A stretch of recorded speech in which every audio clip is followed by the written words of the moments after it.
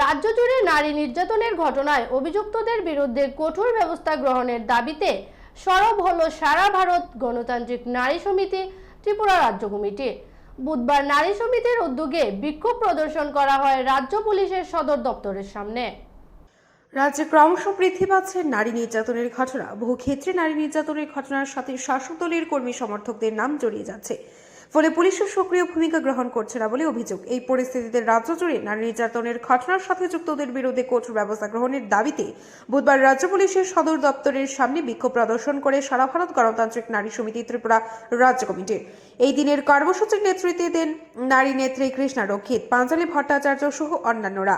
নারী নেত্রী পাঞ্চালী ভট্টাচার্য জানান, এই দিন নারী সমিতির কর্মী সমর্থকরা শান্তিপূর্ণভাবে বিক্ষোভ প্রদর্শন করছিল, কিন্তু পুলিশ ইচ্ছাকৃতভাবে তাদের এই বিক্ষোভ প্রদর্শন কর্মসূচিকে অন্যদিকে ঘুরিয়ে দেওয়ার চেষ্টা করছে। তাদের মাইকের তার কেটে দেওয়া হয়েছে। বিক্ষোভ কর্মসূচিতে সামিল হওয়া কর্মী সমর্থকদের উত্ত্যক্ত করার চেষ্টা করা হয়েছে, কিন্তু নারী সমিতির কর্মী সমর্থকরা সংযতভাবে তাদের কর্মসূচি চালিয়ে যাচ্ছে। এখন পর্যন্ত বলতে পারছি না যে পুলিশ প্রশাসন থেকে আমাদেরকে কোনো রকম সহযোগিতা করেছে।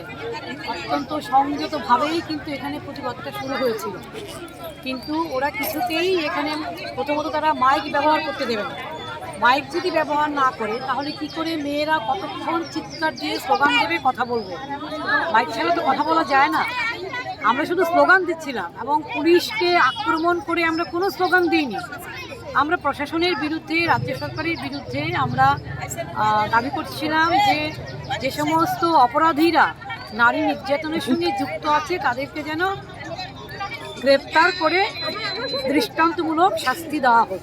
আমরা শুধু এই স্লোগানগুলোই দিচ্ছিলাম, কিন্তু এখানে ইচ্ছাকৃতভাবে, উদ্দেশ্য প্রণোদিতভাবে এখানে নারীদের এই যে জমায়েত কিংবা বিক্ষোভ তাকে প্ররোচিত করতে চাইছিল।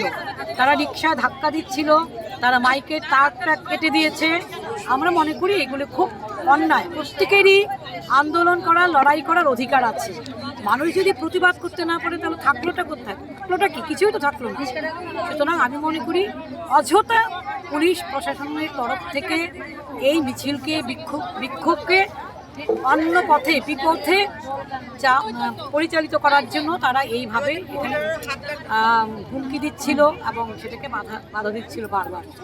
সেখানে গণতান্ত্রিক নারী সমিতির আমাদের মেয়েরা, লড়াকু মেয়েরা খুব সংযতভাবে কিন্তু এটা প্রতিহত করছে এবং প্রচণ্ড ধাক্কাধাক্কি, তার ফলে অনেক মেয়েরা কিন্তু কম বেশি আহত হয়েছে। একজন মেয়ে তো আমাদের একজন কমপ্লিট রক্তাক্ত হয়েছে। আমরা কিন্তু কিচ্ছু এখানে এখন পর্যন্ত কিন্তু আমরা কোনো অন্যায়ভাবে আইন কিন্তু আমরা ভাঙিনি, কিন্তু সহ্যের কিন্তু সীমা ছাড়িয়ে যাচ্ছে। সুতরাং আমরা পুরুষ নারী পুলিশ এখানে অনেক, কিন্তু সমস্ত পুরুষদের এখানে ব্যবহার করা হচ্ছে। সুতরাং এইগুলি আমরা তীব্রভাবে আপত্তি জানাচ্ছি এবং আমরা সমগ্র নারী সমাজের কাছে আহ্বান রাখবো আগামী দিনে যেন এই অপরাধীদের বিরুদ্ধে যেন ব্যাপকভাবে নারীদেরকে জমায়েত করে আন্দোলন গড়ে তোলে। এটাই থাকবে আমাদের মেসেজ, থাকবে আজকে আন্দোলন। এদিন বিক্ষোভ কর্মসূচিতে নারী সমিতির কর্মী সমর্থকদের উপস্থিতি ছিল লক্ষণীয়। বিক্ষোভ কর্মসূচি চলাকালীন সময় এদিন পুলিশ ও নারী সমিতির কর্মী সমর্থকদের মধ্যে একটা সময় দস্তাদস্তি শুরু হয়ে যায়। এতে নারী সমিতির এক কর্মী আহত হয়। পরবর্তী সময় যদিও পরিস্থিতি স্বাভাবিক হয় এবং শান্তিপূর্ণভাবে বিক্ষোভ প্রদর্শন করে নারী সমিতির কর্মী সমর্থকরা